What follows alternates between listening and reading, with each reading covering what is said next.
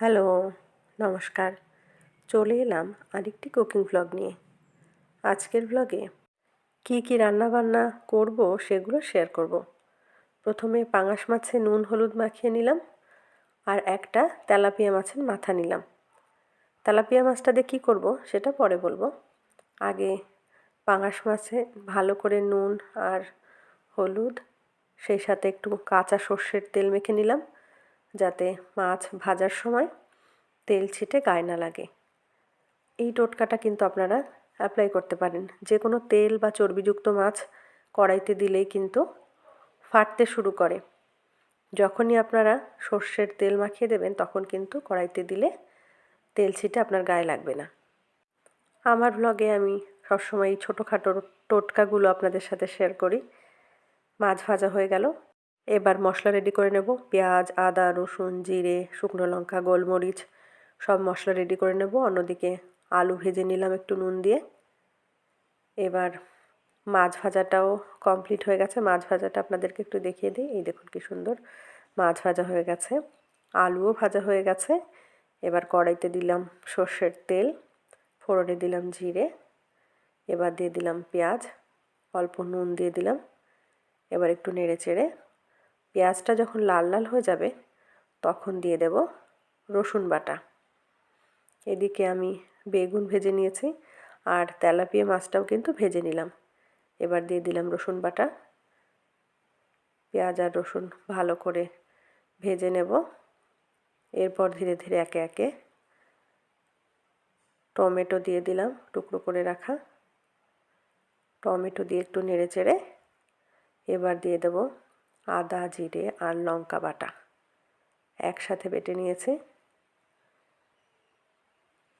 এর মধ্যে কিন্তু গোলমরিচ বাটাও দেওয়া আছে। ভালো করে নেড়ে চেড়ে এর মধ্যে অল্প জল অ্যাড করব আর অল্প নুন দিয়ে দেব। জল দেব একটাই কারণ, যাতে সমস্ত ইনগ্রিডিয়েন্টসগুলো একে অন্যের সাথে মিশে যায়। এই দেখুন মশলা কিন্তু কষানো হয়ে গেছে। এবার দিয়ে দেব ভেজে রাখা আলু। ভেজে রাখা আলু দিয়ে দিলাম। এবার আরও একটু নাড়াচাড়া করে এর মধ্যে নুন হলুদ দিয়ে পরিমাণ মতো জল দিয়ে ঢাকা দিয়ে দেবো। খুব বেশি জল দেব না, কারণ যেহেতু আলু আর মাছ অলরেডি ভাজা হয়ে গেছে সেই জন্য আর খুব একটা জল দেব না, অল্প ঝোল দেব। হলুদ দিয়ে দিলাম। এবার একটু নেড়ে চেড়ে পরিমাণ মতো জল দিয়ে দিতে হবে।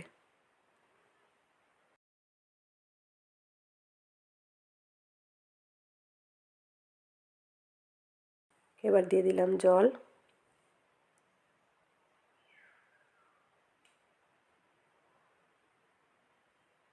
শুকনো লঙ্কা বেটে দেওয়ার জন্য দেখুন কি সুন্দর একটা কালার হয়েছে। এবার দিয়ে দিলাম ভেজে রাখা মাছ। এবার খুব ভালোভাবে ফুটতে দেব।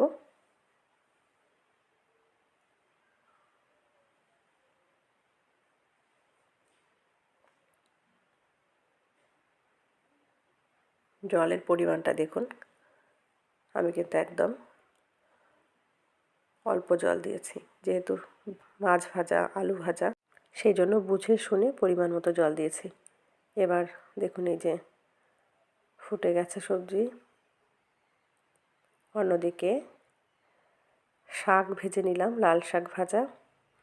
এদিকে মাছের মধ্যে অল্প একটু চিনি দিয়ে দিলাম আর দিয়ে দেব গরম মশলা বাটা। আমাদের পাঙাশ মাছের ঝোল কিন্তু রেডি হয়ে গেছে।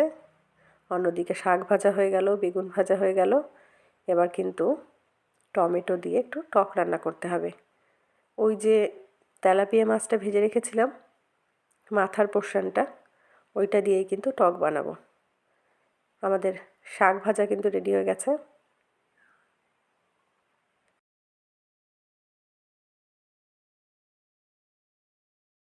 মাছের ঝোলও রেডি হয়ে গেছে।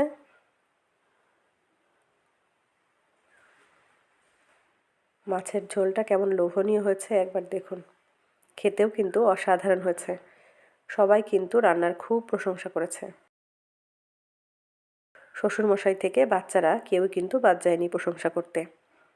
আপনাদেরকেও একবার অনুরোধ রইল, বাড়িতে এইভাবে একবার অবশ্যই বানিয়ে খাবেন। এদিকে আমার টক রান্নাও কিন্তু হয়ে গেল। মাছের ঝোল, শাক ভাজা, বেগুন ভাজা আর টমেটোর টক। কেমন লাগলো আজকের ব্লগটি অবশ্যই কমেন্টে জানাবেন। এদিকে কিন্তু খাওয়া দাওয়া কমপ্লিট হয়ে গেল। সকলকে ধন্যবাদ জানিয়ে আজকের ব্লগটি এখানেই শেষ করলাম।